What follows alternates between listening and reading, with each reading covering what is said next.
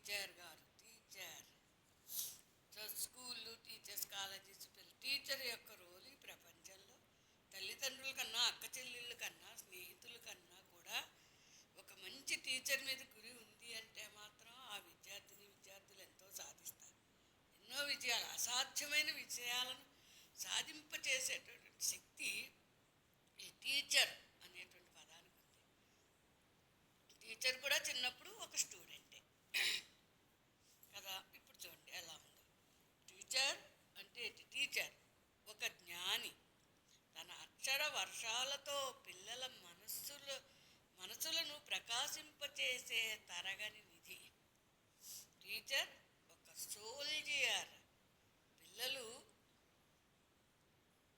Students తెలియక చేసే తప్పుడు మాటలు చేతల వల్ల శోభిత హృదిని బహిర్గతం చేయని గాంభీర్య చైతన్య నిధి విధి. స్టూడెంట్స్ తప్పటడుగులు వేయకుండా కాపాడడంలో సమయస్ఫూర్తిని, తెలివితేటలు ప్రదర్శిస్తూ ప్రోత్సాహ సహకారాలు అందించే ఒక మరుపురాని స్నేహ నిధి. శత్రుత్వం ఉంటే ఇంక టీచర్ మా స్టూడెంట్ వెంట ఫెయిల్ అయిపోతూ ఉంటాడు, వాడు అభిప్రాయాలు వాడుకుంటాయి అదంట. అంటే ఇక్కడ స్నేహం అంటే అనుకూలమైన మంచి ఆప్యాయత, గుడ్ ఇంప్రెషన్ ఏర్పడడం,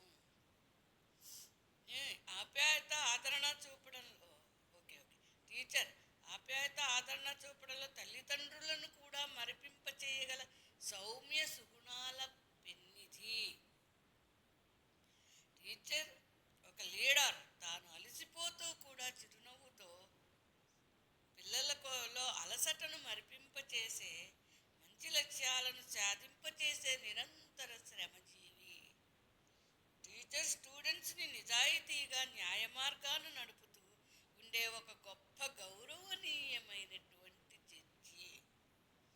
అంటే అప్పుడు రాసినప్పుడు కవిత. జడ్జిలు అంటే న్యాయస్థానాల పరిధి, న్యాయస్థానాలను దృష్టిలో పెట్టుకు రాసినటువంటి కవిత కాకపోయినప్పటికీ, న్యాయస్థానాల్లో జడ్జిలు కూడా కింద వాళ్ళు, లాయర్లు అన్ని ఏ పొరపాట్లు చేయకుండా కేసు చేయడంలో వాళ్ళు కూడా ఒక టీచర్ స్థానం లాంటి స్థానమే న్యాయస్థానాల్లో వాళ్ళకు కూడా ఉంటుంది. గురువు లాంటి వాళ్ళే వాళ్ళు కూడా. అన్నీ కూడా చెప్పడంలో కొంచెం ఉద్దేశం కూడా ఉందన్నమాట.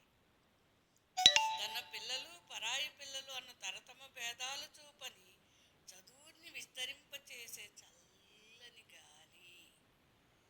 గాలి ప్రాణానికి నిలపడానికి ఆధారం. టీచర్ చదువుకి ఆధారం.